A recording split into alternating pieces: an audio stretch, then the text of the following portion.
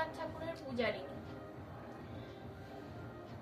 নৃপতি বিম্বিসার নমিয়া বুদ্ধি মাগিয়া লইয়া পাদন নক্ষানা তার স্থাপিয়া নির্মিত প্রাসাদ কাননে তাহারই উপরে রচিলা যতনে অতি অপরূপ শিলাময় স্তূপ শিল্প শোভার সার।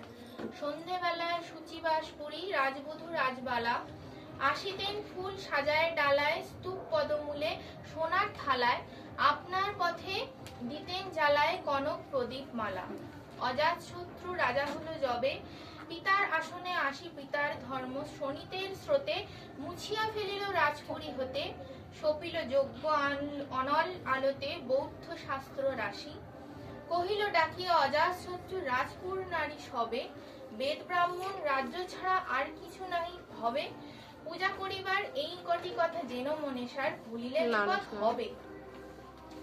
সেদিন শারদ দিবা অবসান শ্রীমতী নামে সে দাসী পুণ্য শীতল সলিলে নাহিয়া পুষ্প প্রদীপ থালায় বাহিয়া রাজমহিষীর চরণে চাহিয়া নীরবে দাঁড়ালো আসি। শিহরি সভায় মহিষী কহিলা এ কথা নাহি কি মনে অজাতশত্রু করেছে রটনার স্তূপে যে করিবে অর্ঘ্য রচনা শুলের উপরে মরিবে সেজন অথবা নির্বাসনে।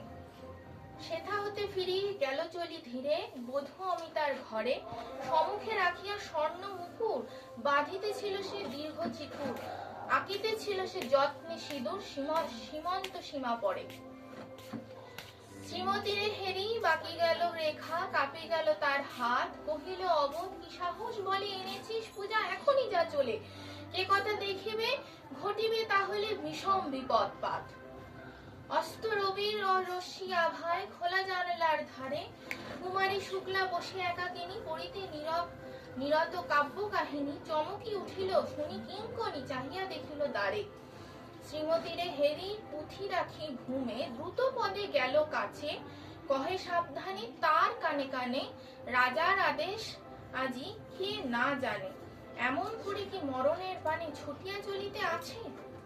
দ্বার হতে দ্বারে ফিরিল শ্রীমতী লইয়া অর্ঘ্য থালি হে পুরবাসিনী সবে ডাকি কয় হয়েছে প্রভুর পূজার সময় শুনি ঘরে ঘরে কেহ পায় ভয় কেহ দেয় রাতে গালি।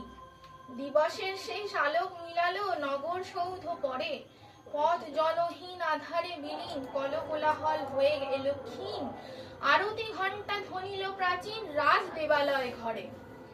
শারদ নিশির স্বচ্ছ তিমিরে তারা অগ্রগণ্য জলে সিংহ দুয়ার বাজিল বিষাদ বন্দিরা ধরে সন্ধ্যার তান মন্ত্রণা সভা হলো সমাধান।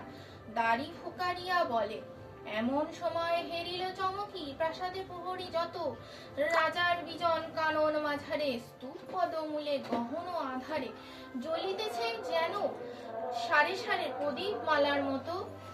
মুক্ত কৃপণে পুররক্ষক তখনই ছুটিয়া আসে শুধালো কে তুই ওরে দুর্মতি মরিবার কর তরে করিস আরতি। মধুর কণ্ঠে শুনিল শ্রীমতী আমি বুদ্ধের দাসী সেদিন শুভ্র পাষাণ ফলকে পড়িল রক্ত লিখা সেদিন শারদ স্বচ্ছ নিশীতে প্রাসাদ কারণে নীরবে নির্ভীতে স্তূপ পদমূলে নিবিড় চকিতে শেষ আরতি শিখা।